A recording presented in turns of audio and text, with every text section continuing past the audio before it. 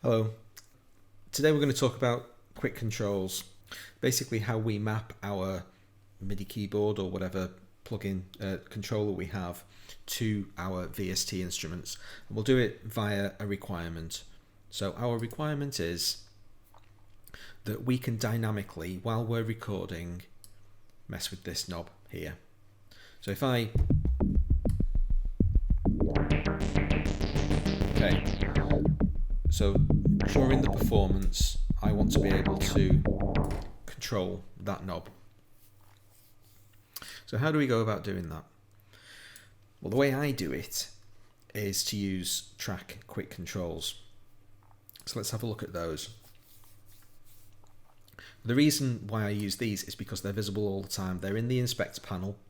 I have this open all the time. Every time you select one of your tracks, you have the option to look at your quick controls. And we have 8 variable options that we can set this easily. So if I turn the instrument back on, if I enter quick control learn mode and select which slot I want to assign my parameter to, and then move that knob, cut off filter 1, unlearn, and that's it. I'm done. So now these quick controls are mapped to the sliders on my keyboard. So if I move slider number 1, okay, so now when I'm playing, so I'm affecting that knob by moving the slider on my keyboard. So in my opinion, that's the easiest way to map VST sounds to Cubase using track quick controls. Obviously you've got 8 of those things, and the real beauty of it is that you can for every VST that you have, you can store the 8 parameters that you most often want to use. Now the way I do this is a little bit clunky, and in order to show you, we need to go into VST Quick Controls. So these knobs down here are your VST Quick Controls. And you can see this one here says attack time VCA 1. And over here we've got the cutoff filter 1 that we just set in our track control. See this little curved arrow button here, get default QCs from plugin. I'm going to click that, let's see what happens. So this is now set to attack time VCA 1. Why? Because whenever I click that button, the track controls are overwritten with whatever the VST controls currently are set to. Page 1 of the VST Quick Controls. So what do I mean by page 1 of VST Quick Controls? Okay, we right click anywhere inside this VST instrument remote control editor. So this is what you get out of the box with VST Quick Controls. Millions and millions of options to control all the various parameters that you might want. So this is used for like assigning hardware.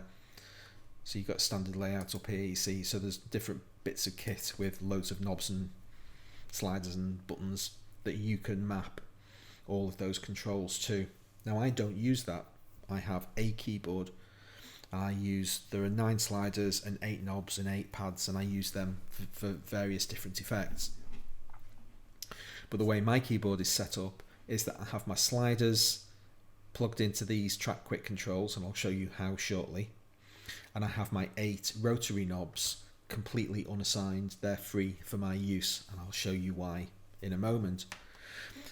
So I don't actually use quick controls in themselves. I don't use them as a kind of a dynamic in the way in which they're supposed to be used, I guess, because Cubase gives you all of these different options to get to essentially the same result. So I've decided track controls are the best way to do it. That's how I do it.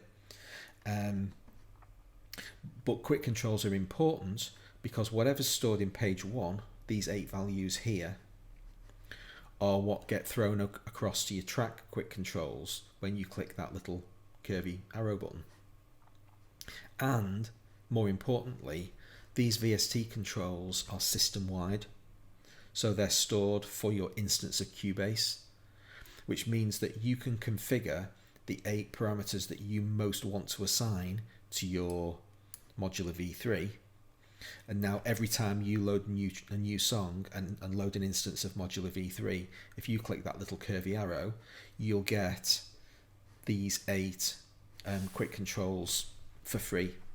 So it's a really easy way to get your most your favorite controls straight into your track controls, and from that point onwards they're all configurable and you can overwrite them to your heart's content. So I leave quick controls alone because I want these. I mean, I've not actually configured this particular instrument, but if I set up what my defaults are going to be using my quick controls, then I'll leave it alone. A possible option for you, and something that I've dabbled with in the past but ended up not using, is to then use page 2 as my actual quick controls. So if I set this page 2 value down here to I don't know, decay time VCA1, it really doesn't matter, and apply. Now if I switch to page 2 here, this is now decay time VCA1, so I'm controlling that effect with this knob. It happens to be plumbed in over there, ignore that.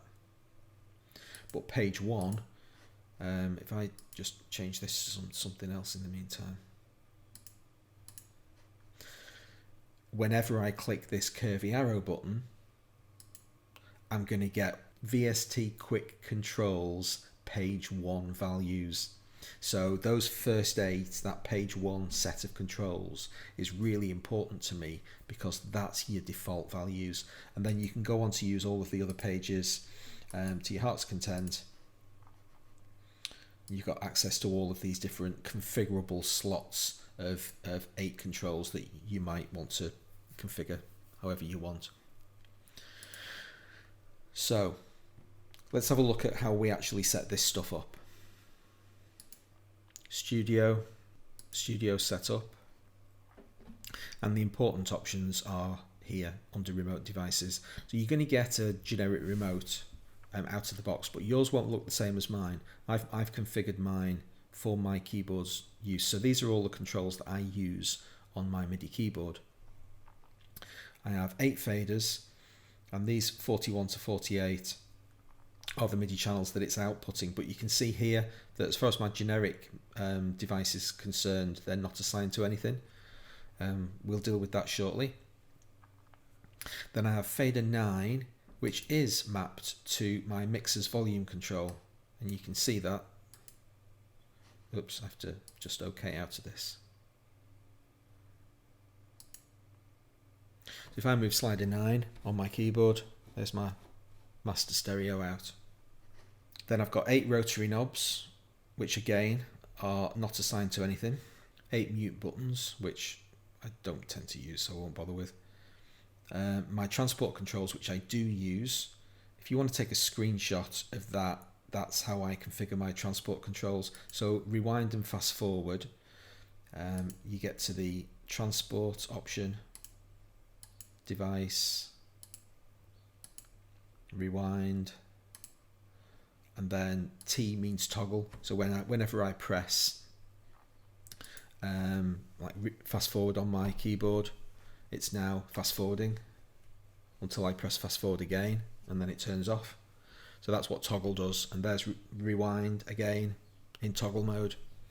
Stop and play, I've just pressed play and now it's playing. So that was just a push button effect, and then when I press stop, it stops. And record is also a push button effect. So that's those 5. Then I've got some pads which you can see that I've set to my markers. So I don't think I've got any markers set up on this. If I press pad 3, oh, there you go. There's marker number 3, and it's just jumped to that marker. So again, that's a push button effect. Command transport to marker. But what we're really interested in, that was a kind of an unexpected detour, is this track controls. So now we can see when I had the generic commands unassigned in this page up here,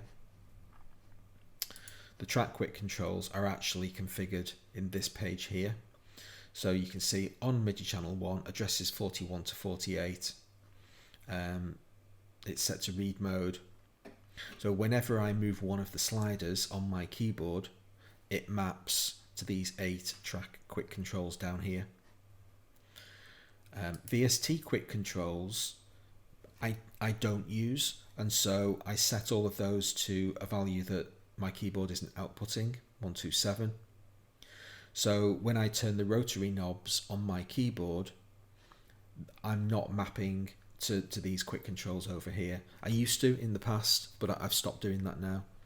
And the reason why I've picked that combination of options to enable the track quick controls but disable the VST quick controls is that I get the best of both worlds. This is more often than not sufficient for my purposes, to have 8 controls down here that I can see. They're in the inspector panel, they're visible, they're well named. I don't have to worry about renaming them. All of that comes from the VST device. It's great, it's really quick.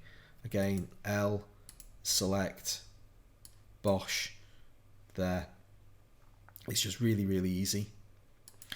If I've used those 8 and I want to expand into more, and I want to use my rotary knobs, what I'll do then is use the VST's own internal options. So for this case, the modular, you access it by clicking the little MIDI jack. And now if I select that button there, turn this rotary knob, and that's that assigned.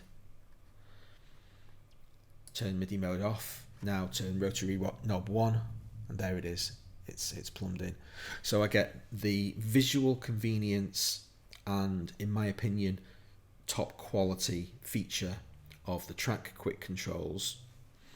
I use VST quick controls purely as a delivery mechanism for getting my default presets into my track controls whenever I load. If you load a brand new song and load an instance of the Moog modular, you won't get your favorite automation settings in your track quick controls, but VST quick controls do remember what your favorite settings are, so you can get to them via the little curvy button, and that's it. That's all I use VST quick controls for. And in that case, I don't need this right hand panel. It's useless to me. So you'll see in all of my videos I don't have this right hand panel open. That gives me more real estate. And then if I want that extra, if I'm doing something at the coalface and there's that thing right there, I can always use the MIDI knob and assign that control to that thing, and that's really easy. So I think that's a great best of both worlds approach that really works for me. It's simple and it's easy to remember because I get lost in the mire of MIDI. And when I start trying to make things too complicated and using multiple MIDI channels and all sorts of different configurations crossing over each other, they just bump into each other and everything just gets confused and I lose track of where I am. So I keep it really, really simple. And that's how I use quick controls. Simple is best. Thanks for watching. I'll see you next time.